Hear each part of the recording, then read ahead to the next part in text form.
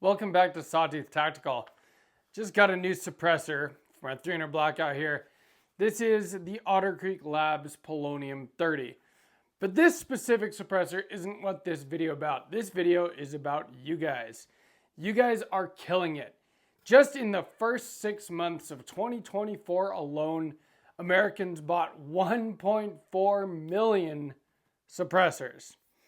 That is awesome.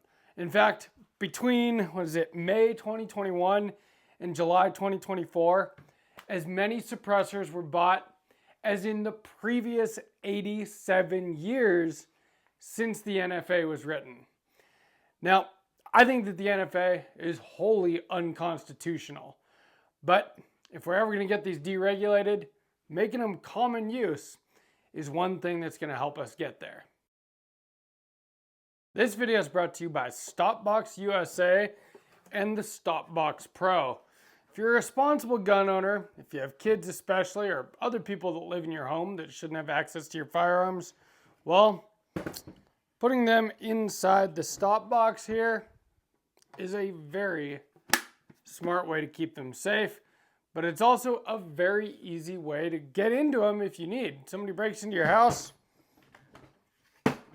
extremely quick to get your firearm, but at the same time, there are no electronics, no buttons, no batteries. This is all mechanical, and I think it's awesome. There are quite a few reasons why suppressors have seemed to gotten so popular in the last few years. This was my first suppressor. I just got it a couple years ago, and it was my first NFA item altogether. Well, now I have 4 suppressors, and 1, 2, 3, I've got 4 SBRs. I've got 8 NFA items, but this was the one that started it all. And this one took over 11 months to get approved. Well, my most recent one, the one I showed you guys at the beginning of the video, the new Polonium 30 there from Otter Creek Labs, only took a month. And that's a long wait time right now compared to what many people are seeing. People are getting suppressor approvals, Form 4s, in as little as a couple of days, sometimes one day. And we've done plenty of videos on this. In fact, I like to think that I did my part in maybe selling some of these suppressors. Because when the approvals started getting really fast, I did a video about it. Really before I saw any other YouTube channel talk about it. That video got 200,000 views in a couple days. At the time, it was my best performing video that I had ever put out. And it was really popular. I got thousands of comments. Well, that was the beginning of, not the beginning of people owning suppressors, but the beginning of them getting really, really popular this last year, 2024. I think that was in about February, if I remember correctly. And all of a sudden, suppressor approvals were coming back very quickly. Well, one of the big things that held, I think, a lot of people back from buying suppressors was the fact that going through the process to getting them sucks.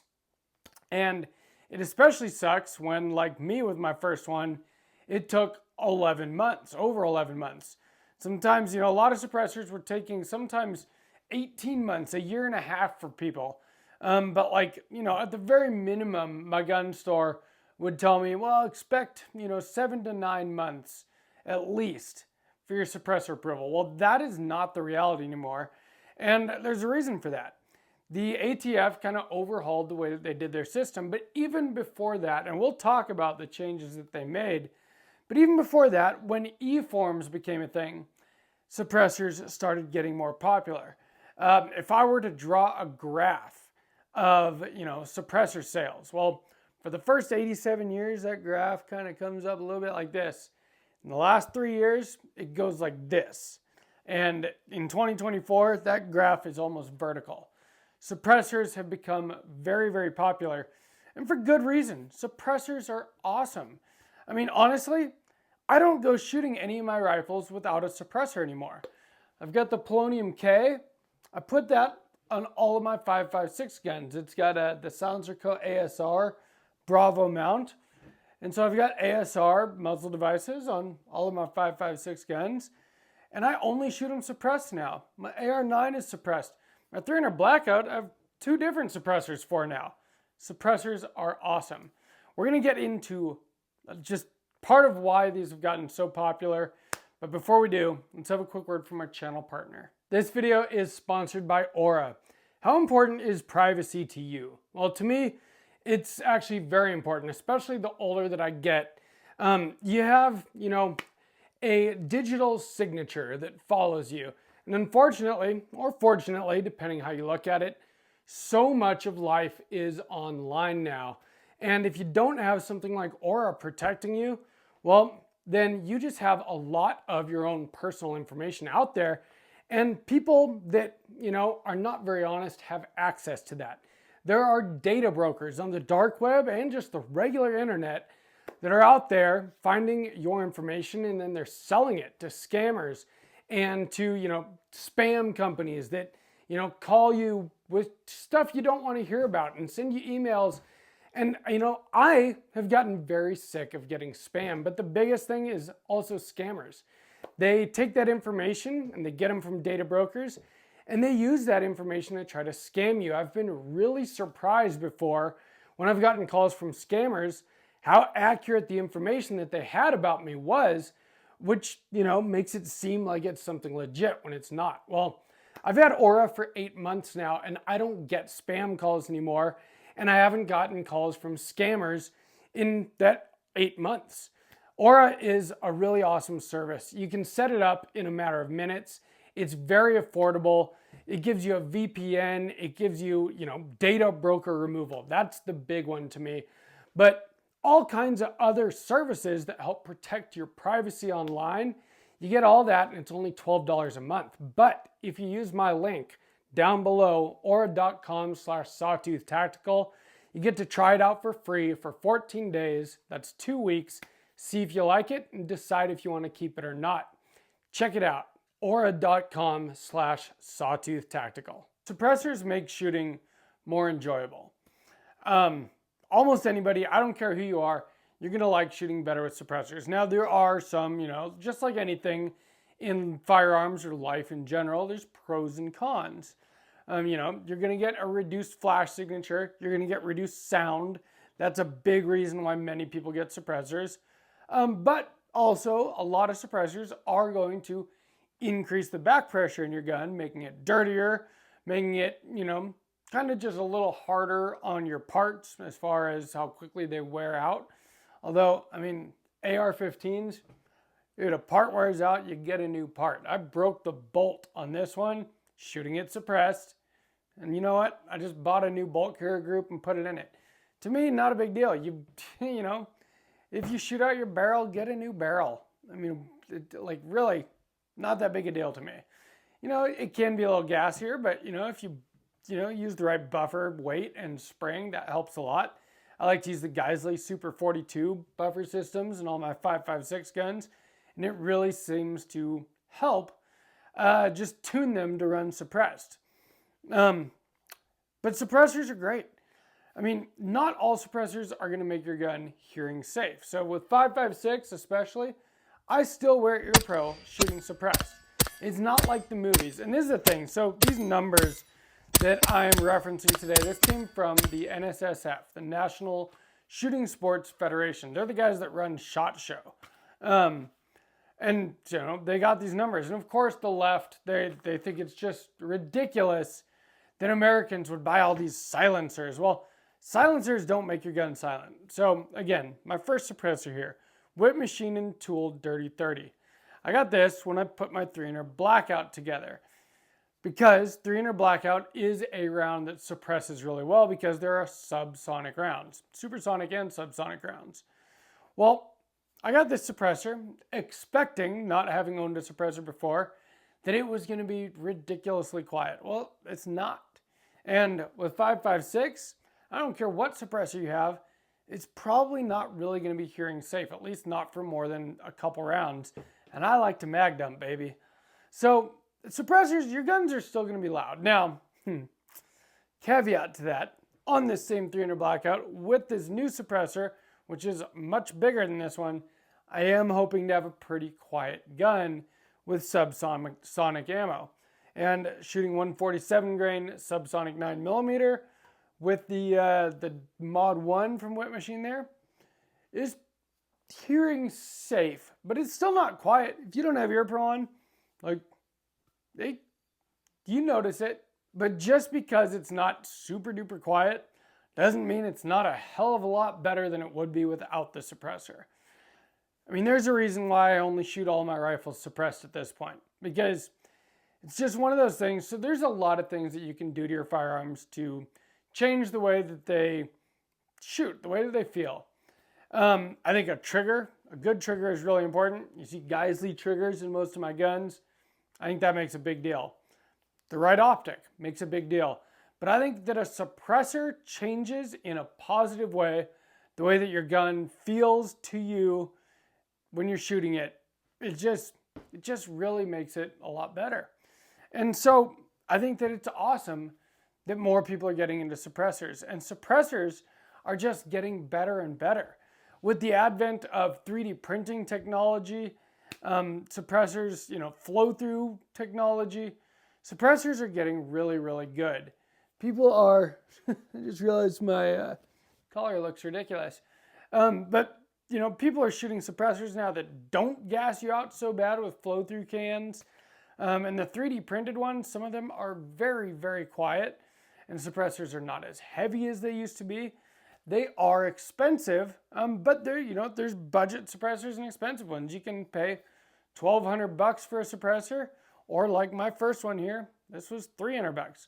But then you're also going to pay that $200 tax stamp. I think Otter Creek Labs makes a really good suppressor for the money. These are like $600 each. Again, $800 with the tax stamp. But I think that the tax stamp is worth it. I think that a lot of people, in fact, I know that a lot of people, because I've gotten these comments in my videos, that a lot of people say they won't buy a suppressor until they are unregulated, until they're not on the NFA, until you don't have to pay a tax stamp, don't have to put your fingerprints, your picture, and all your information and send it off to the government. Well, you might be waiting for a very long time. You might not. I mean, we've got all of a sudden, a very conservative government coming in. And so maybe we'll see some changes. Maybe we'll see the Hearing Protection Act introduced again. And now that we've got, a Republican Congress and a Republican president and a conservative majority in the Supreme Court, maybe we'll see something like that actually pass this time. If our lawmakers actually do their jobs, we will see. It's hard for me to trust that they're going to have our best interests at heart. But maybe they will. But you know what? At the same time, I think that it's still worth going out and buying a suppressor if you want one. And let me tell you something. Even if you don't think you want one, you want one. I loved shooting way before I ever got a suppressor.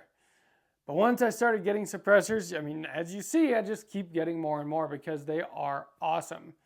And so I just want to give a big congratulations to all of you out there that have bought suppressors, that have been pumping these numbers up. Because again, when it does come to deregulation, well, the fact that there are this many, there are 4.9 million suppressors owned in the United States of America right now. That's a lot of suppressors. Pretty hard to argue against common use with numbers like that, especially when 1.4 million of those were just in the first 6 months of 2024. We're at the end of 2024 right now. So I'm guessing, if those numbers stayed consistent all year, that means that probably somewhere around 3 million suppressors sold this year. Out of the 4.9 million as of July 2024, we might be closer to 6 million now. And so the numbers are going up quickly. It's going to be really hard, like I said, to argue against common use when something is that popular. And so hopefully, I think the more people that own these, the easier it might be to actually get them deregulated. And then maybe we won't have to pay tax stamps in the future. But I still think that it is worth getting them now. Especially because, say tomorrow, suppressors were off the NFA. Well, everybody's like, oh, they're going to become so cheap if they're not regulated. Not so sure that's true, at least not right at the beginning. In fact, they kind of might become more expensive because of supply and demand. If everybody all of a sudden is able to just get suppressors off the shelf without going through the process, they're going to sell very quickly. Just look what happened just when the process got quicker. And I did say earlier that I would mention what happened there. And we have talked about this in previous videos. But basically, the way that the NFA process worked before, well, the way that it's always worked, you get all your stuff, your fingerprints, your picture, you got to notify the chief law enforcement officer in your area, all this stuff. You do all that, you send your stuff in, you have to make it in triplicate, and then you get in line. And then, they have to do a background check on you. And if anything comes up in that background check and it slows anything down for you, well, if you were the next one in line, then it slowed everything down for everyone behind you as well. And that's why suppressors took 11 months or more. Well, some genius decided, and in fact, I can't remember the genius's name right now, but we did do a video on this, decided that made no sense. If somebody has an issue that's going to make their application take longer, well, now they go in a different line. And the regular line just keeps moving. They move to the next person. And so that's why all these people have been getting such quick approvals. Now, I don't ever get quick approvals. This one being a month is the quickest one that I've ever had. And I believe the only reason that I got that one that quickly was because I got a batch approval because I was waiting on the Form 1 for my Mark 18 SBR. That was about 4 months, and I got that approval in the morning, and I got this one in the afternoon. But mine don't generally go very quickly. So I was one of those people that earlier on would have held everyone else up too. Well, now that's not happening. So if you don't have anything in your background check or anything about your name or whatever that could make your approval time, slow down a little bit, well, then people are getting approvals in a matter of days, a matter of hours sometimes, which is pretty sweet. But so that's kind of my point though, is that just the fact that the process got a lot faster, well, a lot more suppressors were sold. So if there was no process at all, think how many suppressors would be sold very quickly, because people do want suppressors. People love suppressors. I mean, suppressors are kind of addictive. Once I got one, now I've got 4, and that didn't take very long, to be honest. And so, I think it's going to be hard for the manufacturers to keep up with that kind of demand if that just happened all of a sudden. Don't get me wrong, that is absolutely what I want to happen, because you should be able to go buy a suppressor like it's a freaking holster or a magazine or anything else, because suppressors are not dangerous. They're not like the Hollywood not like Hollywood would lead you to believe, or like the left wants you to believe.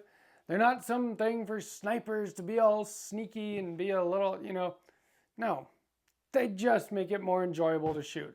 And, there are good tactical reasons to have them too. But anyway, like I said, congratulations. You guys are awesome for buying up so many suppressors. I'd like to think I'm doing my part a little bit as well. If you enjoyed this video, please give me a like. Make sure you subscribe to Sawtooth Tactical. Let me know down in the comments, which suppressors do you own? Which ones do you like? And which ones disappointed you a little bit? Because I have some of each myself. From Sawtooth Tactical, stay strapped or get clapped.